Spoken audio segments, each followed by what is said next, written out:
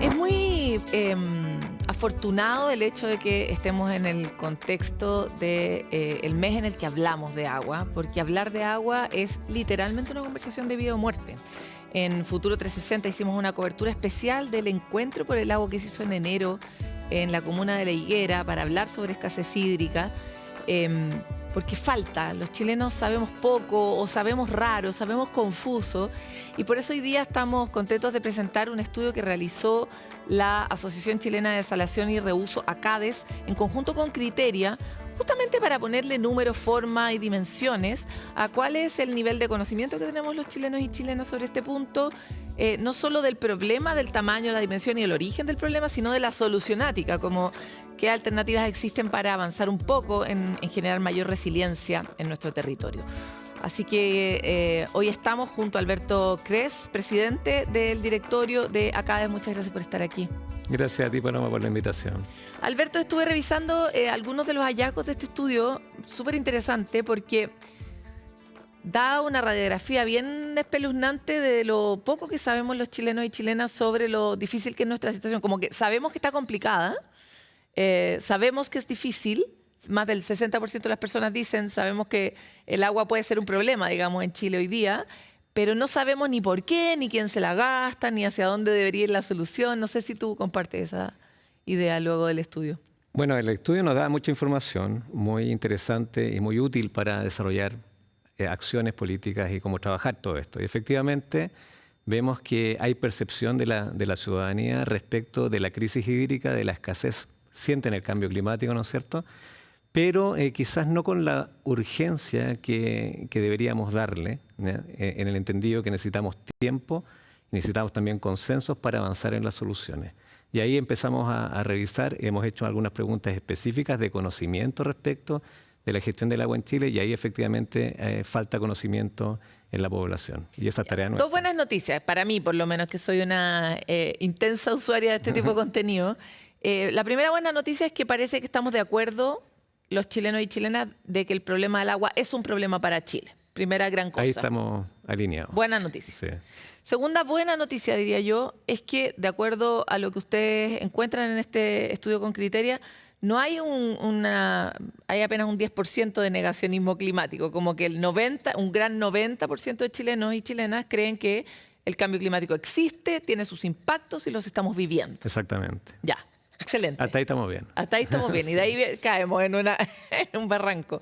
Porque de ahí para adelante existen otras que no son tan buenas. ¿Cuál es para ti la principal? A ver, hay algunas percepciones precisamente respecto al cambio climático que están muy alineadas. Sabemos que nos estamos quedando con menos agua de la que teníamos, de la que acostumbrábamos tener. Pero hay soluciones específicas y evidentes. Otro tema que también hay mucho desconocimiento tiene que ver respecto a los usos del agua. ¿Ya? La población en general asocia a los mayores usuarios de agua a minería, industria y actividades que en realidad no son los que más usan, exactamente. Y además son muchas de estas industrias quienes generan nuevas fuentes de agua hoy en Chile. A ver, acotemos ese dato en específico. La minería salía con un gran 20 y tanto % de usuarios de agua. Como el mayor usuario, sí. Como el mayor usuario, cuando el mayor usuario es la agricultura y la industria forestal. Exactamente. Y es por lejos, más del 70% del agua se va en esa línea. Más del 80% también. Entonces, eso es una primera cosa, que es muy impresionante que los chilenos tengamos tan desdibujado el mapa, que sepamos tan poco de cómo funcionan nuestros sistemas, ¿no? Porque la minería efectivamente usa mucha agua, pero la mayoría de esa agua viene de desaladoras y apenas tiene un 3 o 4% del uso de las fuentes naturales, entiendo. Exactamente. La mayor parte, de hecho, la capacidad instalada en Chile, el 80% de la desalación en Chile se destina a la minería. Y reusan muchas de sus aguas también. Tú como presidente de esta asociación, ¿cuál era el pasado de la minería, cuando no existía la desalación? En general, habían fuentes continentales. Hace unos 15 años atrás.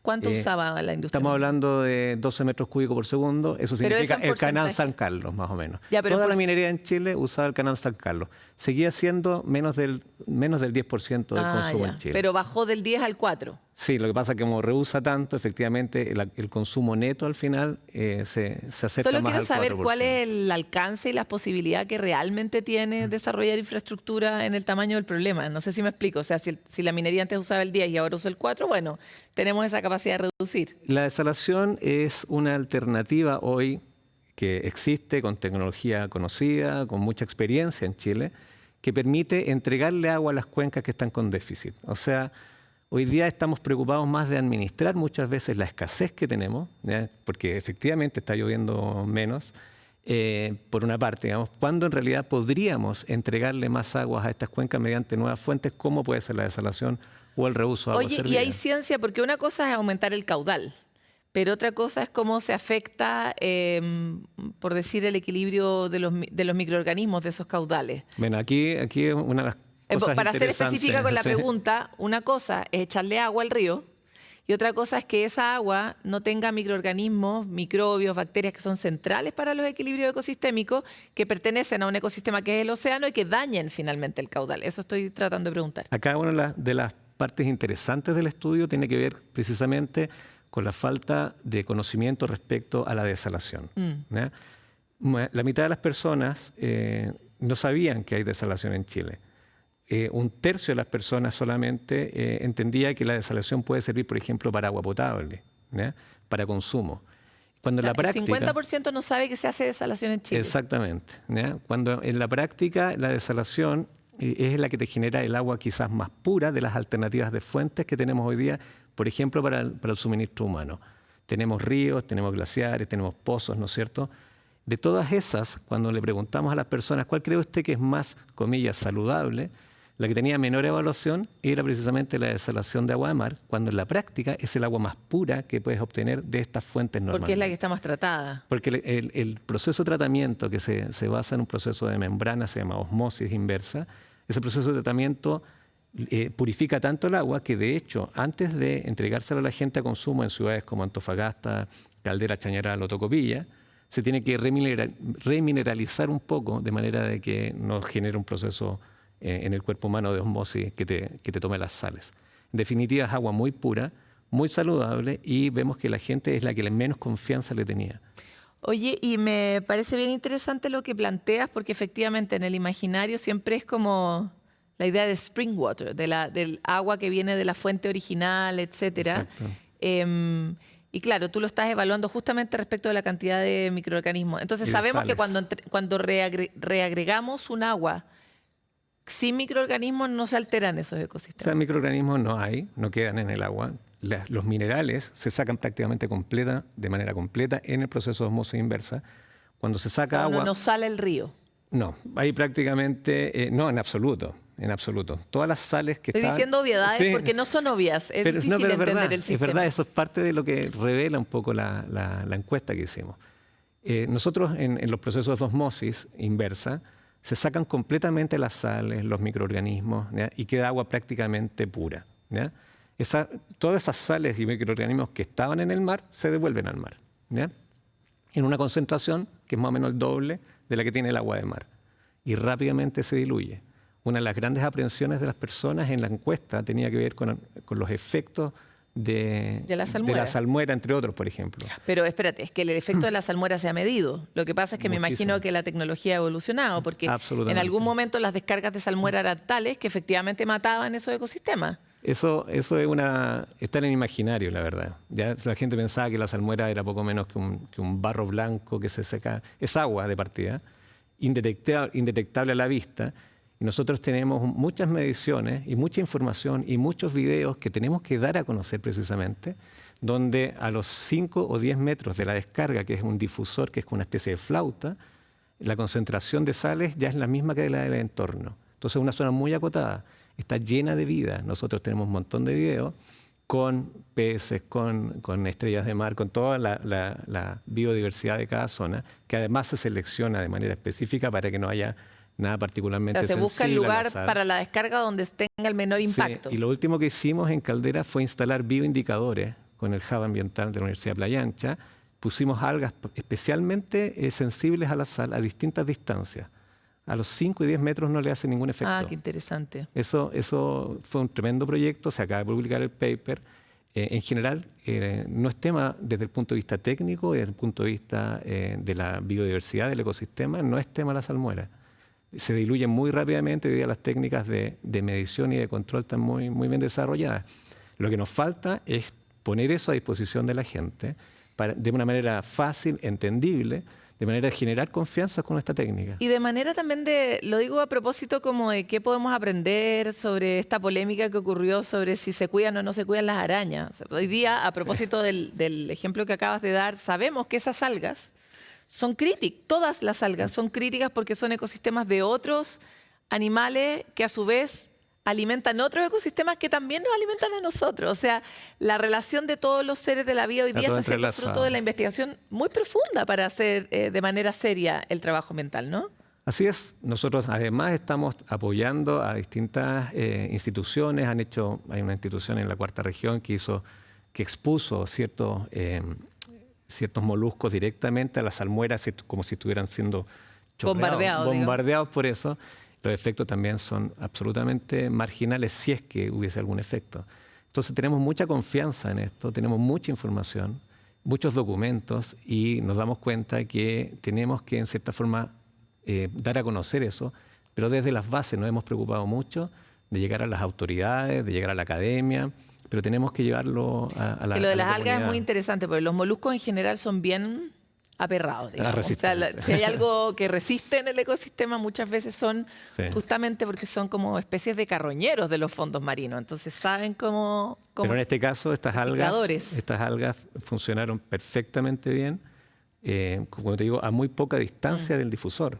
Que la dilución es muy buena en Chile. Oye, me encanta avanzar un poco sobre ciertas cosas que supimos que tampoco se sabían gracias a este estudio. Por ejemplo, que hay ciudades completas que se abastecen de agua de mar. Exactamente. Tenemos Antofagasta, la próxima semana se inaugura la ampliación de la planta, La Chimba se llama, y va a llegar al 100% de suministro desde el mar. Porque Antofagasta tiene el 80 hoy día el 80, exactamente. Se amplía esta planta y con eso toda la ciudad va a quedar abastecida directamente desde el mar. Caldera, Chañaral, Tocopilla, Mejillones, 100% de abastecimiento del mar.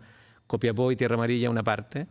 En general es una técnica, digamos, una tecnología muy conocida y además es, como te digo, en el caso del norte de Chile, que las aguas naturalmente son muy duras, tienen mucho carbonato de calcio y que generan sarros eventualmente, que no afecta a la salud. O sea, mejora la calidad del agua de la persona. Mejora la calidad. Es el agua de mejor calidad en estas ciudades, que tienen combinación de fuentes, es normalmente el agua desalada. Oye, quisiera avanzar hacia el punto de los permisos, que también fue la polémica que levantó a las famosas arañas de la construcción. De Independencia.